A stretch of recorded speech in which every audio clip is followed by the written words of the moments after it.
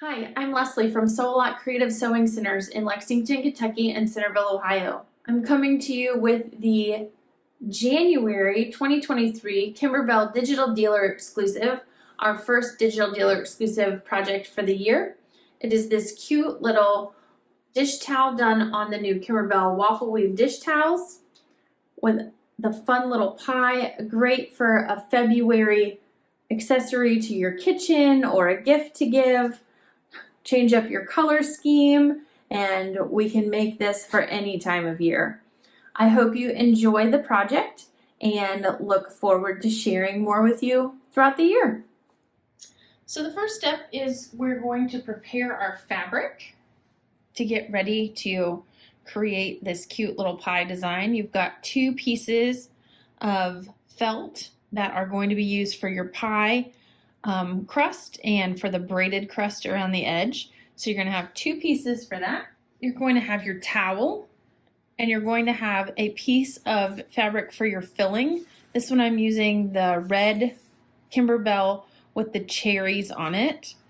And what we're going to do is we're going to cut a piece of fusible backing. So this can be the Kimberbell fusible backing, SF101, woven fusible, some kind of woven fusible interfacing that we're going to put on the back of this fabric to help stabilize the fabric, as well as the embroidery to keep it from drawing up and having a real nice smooth finish. So we're going to take the wrong side of the fabric to the rough side of our fusible, or the glue side of our fusible. We're just going to line those up, and I've got 2 of them here because I'm going to stitch out 2 of these. I'm going to just press them. We can do this with your press or with your iron.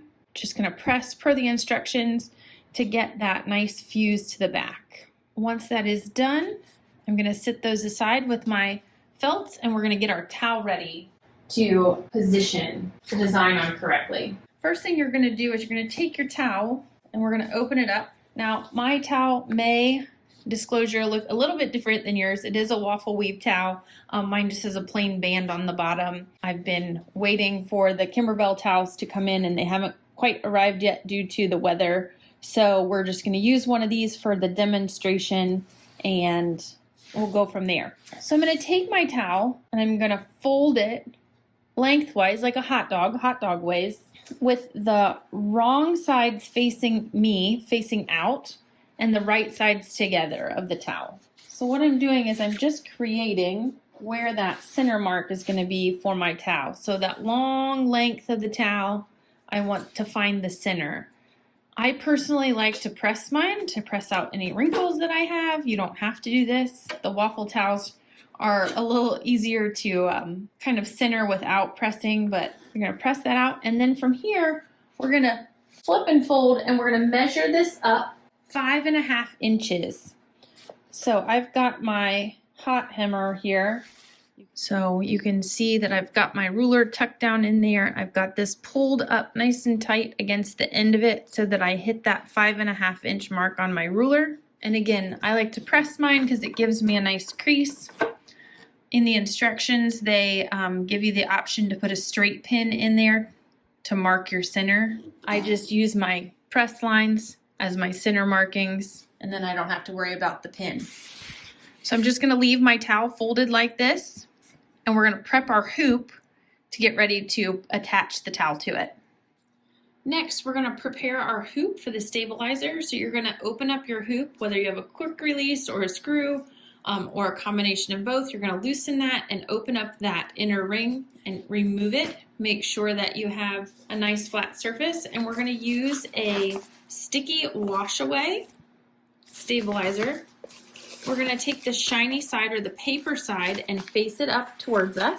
We're going to place our inner ring back on our hoop, making sure that our inner ring is right side up and not upside down. So you'll either have some words that you can read or arrows that you match up to your brand of machine. Whatever that will be, you will make sure that your inner hoop ring is facing the right direction. And then we're just going to push this inner ring in there. If it doesn't want to slide in there, you might need to open up your hoop screw a little bit more.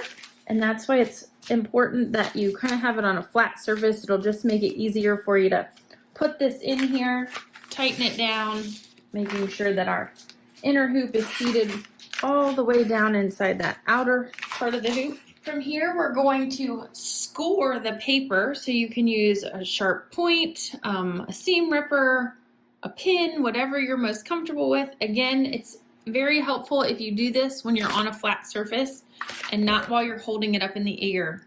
If you're holding it up or putting it on your lap, you're going to put too much pressure to cut through that paper, and you're going to cut through your stabilizer as well. So we're just going to take it on the table, light pressure. We're going to score that stabilizer paper, and we're going to peel away the paper part. So now we've exposed the nice sticky wash away side of the stabilizer. Next, we're going to take the hoop to our machine, and we're going to stitch the placement crosshairs. So now I've come to the machine. I've got a thread that I can see loaded into the machine, as well as the centering crosshairs loaded on my design screen. I've selected the hoop that I have chosen for my original design stitch out. So you'll need something when you're loading your stabilizer. You'll want to make sure you're using at least a 5x7 hoop for this particular design. And I'm just going to stitch this crosshairs right onto the stabilizer with the sticky side up. From here, we're going to load our towel or center our towel on these crosshairs with that fold mark we created. So next, we're going to go ahead and hoop the towel. So we have the sticky stabilizer face up with the crosshair stitched on it. We have our towel with it folded and creased, folded in half lengthwise, and then up 5.5 inches from the bottom. I'm going to take and place this right into the corner of that first section of crosshair. I'm going to use my hoop markings to help line it up all the way to the top. I'm going to stick it in place, and then as I open it, right now we're looking at the wrong side of the towel. I'm going to stick that in place. And then I'm going to open that lengthwise fold and stick everything down to the sticky stabilizer. So we're ready to go back to the machine, call up the embroidery design, and get stitching. So now we've got our hoop back on the machine. Our towel is placed on that centering crosshair. The excess of our towel is off to the back of the machine, and the short end is here towards us. We've called up the design the same direction in the hoop, and we've gotten ready to stitch out. So step number 1 of our stitch out is going to be the placement stitch for our pie filling.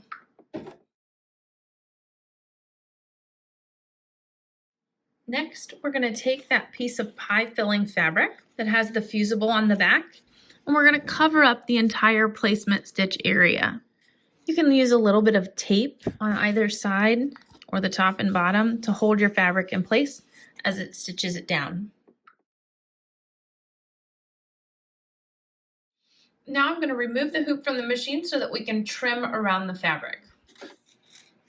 So from here, I'm just going to take my scissors and we're going to trim along that stitching. I like to take the hoop off the machine. It just makes it easier because I can rotate to get into all those small areas. Now we're going to head back to the machine to work on the next step. Next, we're going to stitch the placement line for our center crust. Once that center placement for the crust is down, we're just going to take and place our smaller of the 2 pieces of felt that we prepped and cover that entire area. Again, you can tape this in place if you choose, or if you want to smooth as you go, that is perfectly fine as well. Next, we're going to trim around our felt. We're going to trim all the way around the outside edge and around the outside edge of the pie. And then you can trim inside the heart areas, the cutouts, to reveal that cherry pie filling or whatever kind of pie filling you chose as you wish. So you can trim out all of them, you can trim out some of them, whatever is appealing to you.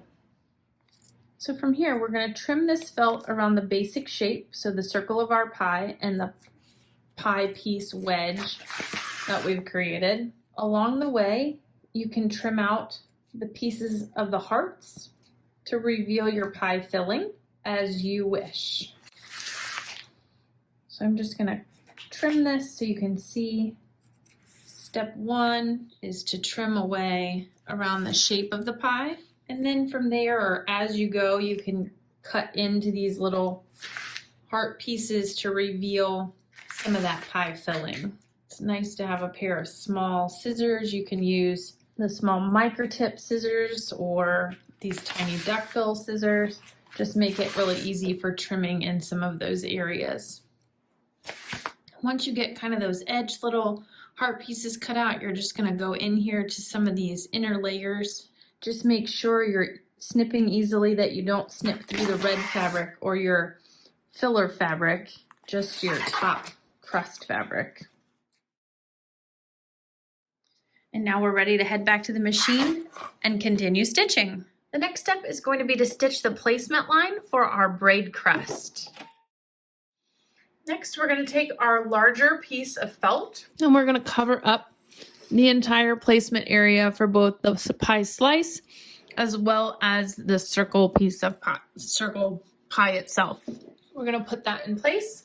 Add a little tape to hold it down. And we're going to stitch that pie crust placement and edge line. So again, I'm going to use that lighter shade of tan, or maybe you want to go with a darker brown, something that will contrast with my felt. Next, we're going to trim around the outside edge and the inside edge, removing all of the excess felt from our braided crust. Once we've trimmed around our pie, the next step is going to be to stitch the words and the little tiny hearts. So you can choose your colors for that. I'm going to choose red for my first one and pink for my second.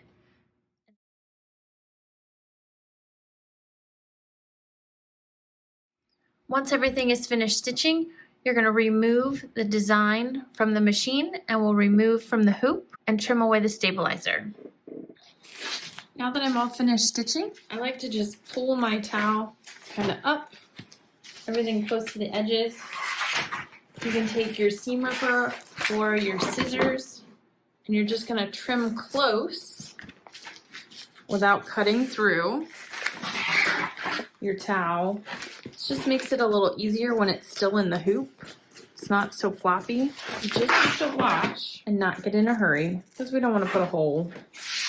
And then you're just going to rinse away the stabilizer from the back of the towel per the instructions of the stabilizer you used. The longer you rinse something when it's a wash away stabilizer, the softer it will become over time. So just kind of keep that in mind. Always the first rinse, I would highly recommend not dumping it down your drain. Dump it outside. Just keeps that goo and gunk out of your drains. Probably would be appreciated by all plumbers everywhere, I would assume. If you've got any jump stitches or threads back here, you can clean those up to have a nice, cute little embroidered towel. Looks great for Valentine's. Change up the color scheme and use this for other holidays and kitchen accessories everywhere. Well, I hope everybody enjoyed January 2023's first Kimberbell Digital Dealer exclusive project. This cute little waffle weave towel with our sweetie pie, cherry pie design put on it. And just to give you a few other ideas while you're thinking about it, you could use this design. It would be great on either of the Kimberbell apron blanks. You could stitch these out, have them for Valentine's Day, change out your pie colors, make it for Thanksgiving, whatever season that you wanted to. So apron blanks would be another great use for this design. You could create a pie carrier using the larger tote bags like the denim or buffalo check by just laying out the design a little bit differently. Maybe leave off the words, "Hey sweetie," maybe add something else, but it would be cute to put the little pie on there, make a little pie tote for somebody to take with them as they go. So I hope that you have fun with your sweetie pie design and that you stitch it out on all kinds of things, and I look forward to seeing you in February. Bye everybody.